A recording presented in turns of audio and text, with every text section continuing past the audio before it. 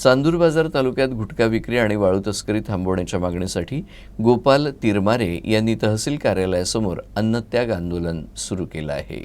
चांदूर बाजार तालुक्यात अनेक ठिकाणी रेती घाटातून मोठ्या प्रमाणात अवैध रेती उत्खनन केले जाते।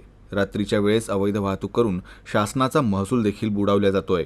ही अत्यंत गंभीर बाब तलाठी आणि मंडळ अधिकारी तसंच संबंधित महसुली अधिकाऱ्यांच्या निदर्शनास आणून दिले असताना सुद्धा जाणीवपूर्वक रेती चोरीच्या माध्यमातून होत असलेल्या महसूल नुकसानीकडे संबंधित अधिकारी आणि कर्मचारी दुर्लक्ष करत आहेत, अशी तक्रार गोपाल तिरमारे यांच्या माध्यमातून वारंवार देण्यात आली होती, तरी सुद्धा कारवाई करण्यात आलेली नाही। ज्या तालुक्यात मंडळ अधिकारी आणि तलाठ्यांच्या कार्यक्षेत्रात रेती तस्करी होत आहे त्यांच्या विरुद्ध कठोर कारवाई करण्यात यावी। तसंच गुटखा विक्रीला बंदी असतानाही चांदूर बाजार तालुक्यात गुटख्याची खुलेआम विक्री सुरू आहे। ही गुटखा तस्करी आणि गुटखा विक्रीला अभय दिलं जात असल्यानं ज्यांचं याला अभय आहे त्यांच्यावर कठोर कारवाई करण्यात यावी, अशी मागणी गोपाल तिरमारे यांनी केली। या मागण्यांसाठीच 5 फेब्रुवारीपासून गोपाल तिरमारे यांनी अन्नत्याग आंदोलन सुरू केलं आहे। ते गेल्या अनेक वर्षापासून अवैधपणे रेती उत्खनन आणि त्याची वाहतूक केल्या जात आहे आणि त्याचा परिणाम असा होत आहे की वारंवार मोठ्या अपघाताचं प्रमाण त्याच्यातून वाढलेलं आहे। गेल्याच आठवड्यात रेतीच्या ट्रॅक्टरमुळं फार मोठा अपघात होऊन त्याच्यामध्ये प्राणहानीसुद्धा झाली। अशाच प्रकारचे अपघात वारंवार होत आहे।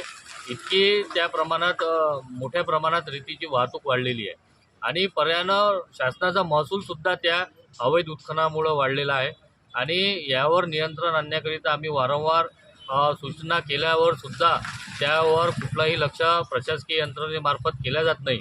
म्हणून नाईलाजानं ही अवैध उत्खनन आणि वाहतूक पूर्णतः बंद करण्याकरिता आम्ही या ठिकाणी आमरण आंदोलनाला उपोषणाला बसलेलो आहे आणि सोबतच दुसरी अशी मागणी आहे की जो प्रतिबंधित गुटखा आहे तो संपूर्ण चांदूर बाजार तालुक्यात राजरोसपणे त्याची विक्री आणि वाहतूक तस्करी सुरू आहे।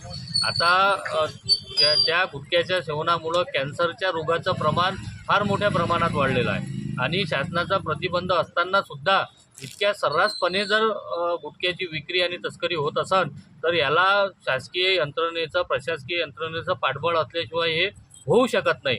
म्हणून आमचं असं म्हणणं आहे की रेती तस्करी आणि गुटखा तस्करी ही चांदूर बाजार तालुक्याची पूर्णतः बंद होण्याकरिता आम्ही हे आमरण अन्नत्याग आंदोलनाचा पहिला टप्पा या ठिकाणी सुरू केलेला आहे।